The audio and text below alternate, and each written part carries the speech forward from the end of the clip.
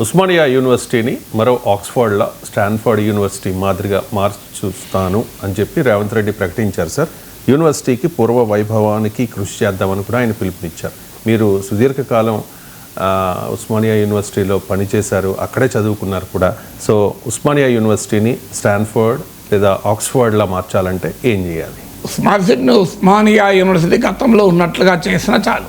Stanford Oxford దాకా అది ఆలోచన మంచిది, కానీ అది ఆచరణలో ఎలా ఉంటుందనేదే ప్రశ్న.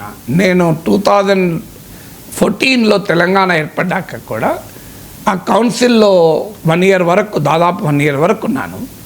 సో నియర్లీ 10 months నేను ఎమ్మెల్సీగా ఉన్నప్పుడు ఉస్మాన్ యూనివర్సిటీ 100వ జయంతి ఉత్సవాలు జరుగుతున్నాయి. నేనే ప్రశ్న రైజ్ చేశాను. ముఖ్యమంత్రి కేసీఆర్ సమాధానం ఇస్తూ బ్రహ్మాండంగా జరుపుదాం 100వ జయంతి ఉత్సవాలు అన్నాడు. అప్పుడు నేను లేసన్నాను, సార్ ఉత్సవాలు బ్రహ్మాండంగా జరపడం గురించి కాదు నేను రైజ్ చేస్తున్నది.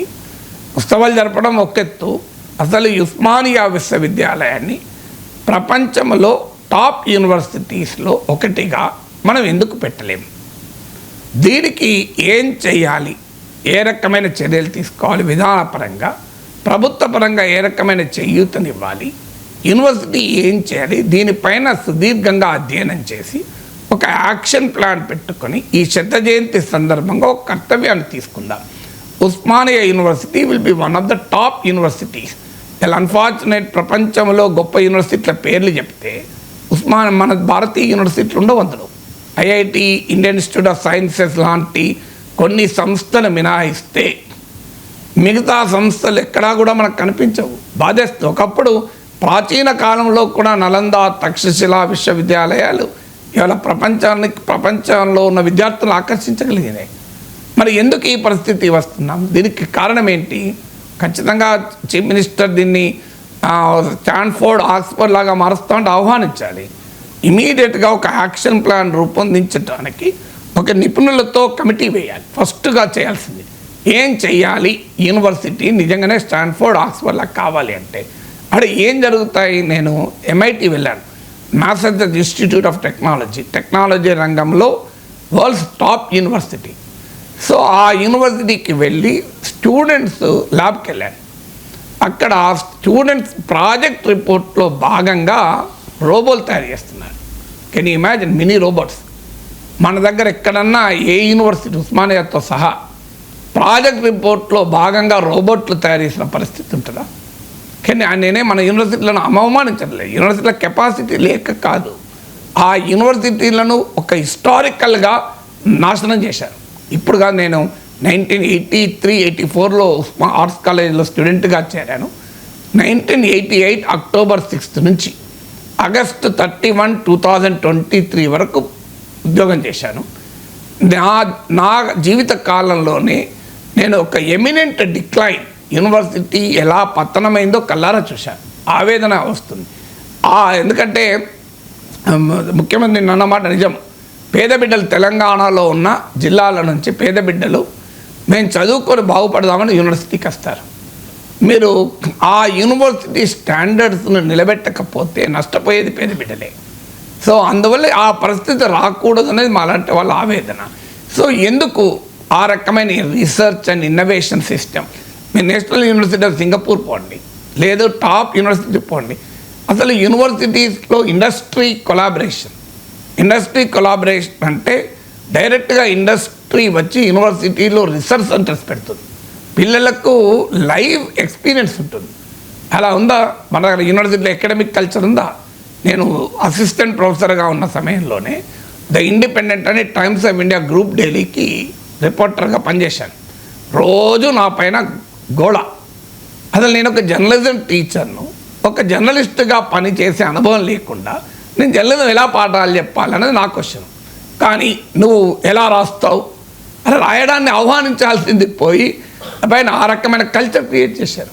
మీకు యూనివర్సిటీలోని అడ్మినిస్ట్రేటివ్ కల్చర్ మారాలి, రీసెర్చ్ ఇన్నోవేషన్ సరిపోదు. ఎందుకు? నేను దానికి కూడా ఒక ఉదాహరణ చెప్తాను. నేను నా అనుభవం చెప్తాను. నేను national academy of administration, Mussoorie, IAS ప్రొబేషనర్లకు శిక్షణ ఇచ్చేటువంటి అత్యున్నత సంస్థ ముస్సోరీలో. అక్కడ నుంచి నాకు క్లాసులు చెప్పమని ఇన్విటేషన్ వచ్చింది.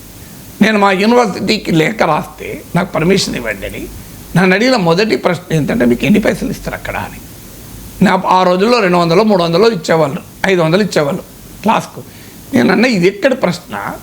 ఒక university teacher national academy of administration వెళ్ళి ఐఏఎస్ ప్రొబేషనర్లకు పాఠాలు చెప్తున్నాడంటే యూనివర్సిటీ గర్వకారణం కదా, ఇదేం ప్రశ్న అని అడిగాను. ఆన్సర్ లేదు. వాళ్ళకి అదే ప్రశ్న. వాళ్ళ లైఫ్లో అట్లాంటి అడ్మినిస్ట్రేటివ్ కల్చర్ ఉంటుంది. ఆ బాధేస్తుంది. సో ఏంటిది మీరు ఏమడుగుతున్నారు? నేను రియల్ ఎస్టేట్లో దిగి ప్లాట్ల వ్యాపారం చేసుకుని నిజంగా ఎక్కువ సంపాదించుకుంటా కదా. ముస్తోరిలో పాఠం చెప్తే ఏమొస్తుంది? ఒక్క ప్లాట్ అమ్ముకుంటే 10,000 వస్తుంది ఆ రోజుల్లో, ఇప్పుడైతే లక్షలలో వస్తుంది అని అంటే ఆన్సర్ లేదు. అందువల్ల ఒక ఇంటలెక్చువల్ జర్నీ, ఒక అకాడమిక్ స్టాండర్డ్స్ కావాల్సిన అకాడమిక్ కల్చర్ కాకుండా అడ్మినిస్ట్రేటివ్ కల్చర్ని క్రియేట్ చేశారు. సో యూనివర్సిటీస్లో అందుకే మేము స్టూడెంట్గా ఉన్నప్పుడు పాటలు పాడేవారు, రెయిన్ బవళ్ళు పైరవికారుల రెస్టారెంట్లుగా మార్చేశారు అని చెప్పి. యూనివర్సిటీకి ఒక గొప్ప ఇంటలెక్చువల్ సెంటర్స్గా ఉండాలి, అడ్వెంచర్ ఆఫ్ ఐడియాస్గా ఉండాలి. ఆలోచనలో ఒక సెమినార్ పెట్టాలంటే పర్మిషన్ లేదంటారు. అసలు సెమినార్ పెట్టడానికి పర్మిషన్ లేదు, నాకు అర్థం కాదు. యూనివర్సిటీలో సెమినార్ లేకపోతే ఏముంటాయి చెప్పండి. సో రకరకాల నిర్బంధాలు, అసలు సెమినార్ పెట్టడానికి కూడా అనుమతులు లేవు అనే స్థాయి యూనివర్సిటీలు దిగజారిస్తే ఈ ఐడియాస్ ఎక్స్చేంజ్ ఎక్కడ ఉంటుంది? సో పిహెచ్డీలను పెద్ద ఎత్తున ప్రొడ్యూస్ చేస్తున్నాం. What is the research relevance ఏంటి, అవుట్పుట్ అనే క్వశ్చన్ ఎదురవుతుంది. పిహెచ్డీ లేనాక కూడా ఉద్యోగాలు లేని పరిస్థితి, ఎందుకు రావాలి ఇదంతా? సో అందువల్ల యూనివర్సిటీని నిజంగానే స్టాన్ఫోర్డ్ ఆక్స్ఫోర్డ్ లాగా చేస్తే, మీకు ఇంకొక ఉదాహరణ చెప్తాను. నేను ఎంఐటి వెళ్ళినప్పుడు అక్కడ సురేష్ సుబ్రా అని నాకు గుర్తున్నంత మేరకు, సో ఆయన ఎంఐటి డీన్ ఇంజనీరింగ్, ఆయన is a mechanical engineer doing research on malaria. Mechanical ఇంజనీర్గా ఉండి మలేరియాపై పరిశోధన చేస్తాడు. అలా ఎలా చేస్తారో మన యూనివర్సిటీలో? నేను చాలాసార్లు చెప్పాను. నేను ఈ Birla institute of technology and sciences బిట్స్లో 4 ఏళ్ళు ఎకనామిక్స్లో విజిటింగ్ ప్రొఫెసర్గా చేశాను. I'm not a student of economics. నేను ఎక్కడ ఎకనామిక్స్ ఫార్మల్గా చదవలే. ఎస్ఆర్ఎం యూనివర్సిటీ అమరావతిలో I was a distinguished professor of politics and economics. మీరు ఇక్వా బిజినెస్ స్కూల్లో వెళ్ళి ఎకనామిక్స్ పైన క్లాసులు చెప్పాను. కానీ మా ఆర్ట్స్ కాలేజ్ బిల్డింగ్లో ఉన్న ఎకనామిక్స్ డిపార్ట్మెంట్ వల్ల నన్ను ఇప్పటివరకు ఎన్నడో క్లాస్ చెప్పడానికి పిలవలేదు. ఎక్కడికి పోతున్నాం మనం? అంత గోడలు కట్టుకొని ఉంటున్నాం. There is no interdisciplinary interaction at all. So ఎందుకు నీకు ఎకనామిక్ డిగ్రీ లేదు, నువ్వు మాట్లాడకూడదు ఎకనామిక్స్ పైన. సో ఆ రకమైన సైలోస్ నిర్మించుకొని ఉన్నాం. ఇప్పుడు Birla institute of technology and science వచ్చినది కాదు కదా. అలాగే doctor Marri Chenna Reddy institute of human resource డెవలప్మెంట్లో ఇండియన్ ఎకనామిక్ సర్వీసెస్ వాళ్ళకి నేను క్లాసులు చెప్పాను, ఇంటర్నేషనల్ ట్రేడ్ పైన మాట్లాడాను. I may not eligible to speak on economic issues in my own department in arts college? Nothing రీ. ఇప్పటికి ఇన్నేలేదు నన్ను ఇంతవరకు మా ఎకనామిక్ డిపార్ట్మెంట్ నన్ను పిలిచిన పాపన పోలే. ఎందుకంటే మనం ఆ రకమైన ప్రపంచంలో ఉంటున్నాం. వాళ్ళు తప్పు కాదు, వాళ్ళంతా మా మిత్రులే. కానీ ఎందుకు అలా ఉంటుంది అంటే that is the kind of academic environment we have created. So ఆ ఎకడమిక్ ఎన్విరాన్మెంట్ అలా క్రియేట్ చేసినప్పుడు ఏమవుతుంది? నీకు టీచింగ్ స్టాండర్డ్స్ పడిపోతున్నాయి, లెర్నింగ్ స్టాండర్డ్స్ పడిపోతున్నాయి, క్లాసులు జరగడమే కష్టమైపోతుంది, రిక్రూట్మెంట్లు ఉండవు. మీకు ఇప్పుడు నేను చేరినప్పుడు స్టాఫ్తో పోలిస్తే ఇప్పుడు 20% కూడా లేరు. ఓన్లీ కాంట్రాక్ట్ స్టాఫ్ పైన నడుపుతున్నప్పుడు మా డిపార్ట్మెంట్లో 12 మంది ఉండేవాళ్ళు. వీళ్ళు ఒక్కరే ఉన్నారు ఫ్యాకల్టీ మెంబర్, పర్మనెంట్ ఫ్యాకల్టీ. 12 మంది ఉండే డిపార్ట్మెంట్ కాస్త ఒక్కరికి తగ్గిపోయింది. నువ్వు how can you create standards? So అందువల్ల ఒకప్పుడు యూనివర్సిటీలకు వెళ్ళి 150-200 JRF జూనియర్ రీసెర్చ్ ఫెలోషిప్స్ వచ్చేవి. ఎందుకంటే యూజీసీ ఇచ్చే నేషనల్ ఫెలోషిప్ అది ఇక్కడ నువ్వు పైరవ్ చేసుకుంటూ వచ్చేది కాదు. ఇవాళ నేను ఎందుకంటే నాకు అనుభవంతో చెప్తాను, నేను 86లో నాకు కూడా జూనియర్ రీసెర్చ్ ఫెలోషిప్ వచ్చి చేసింది. సో అందువల్ల అలాంటి ఇవాళ ఎన్ని ఫెలోషిప్లు వస్తున్నాయి. ఒకప్పుడు యూనివర్సిటీ నుంచి IAS IPS అధికారులు ఎమర్జ్ అయ్యేవారు. ఇప్పుడు సివి ఆనంద్, కొత్తకోట శ్రీనివాసరెడ్డి వీళ్ళంతా ఉస్మాన్ నుంచి వచ్చిన వాళ్ళే. ఇవాళ ఆ సిచ్యువేషన్ ఎందుకు లేకుండా పోయింది?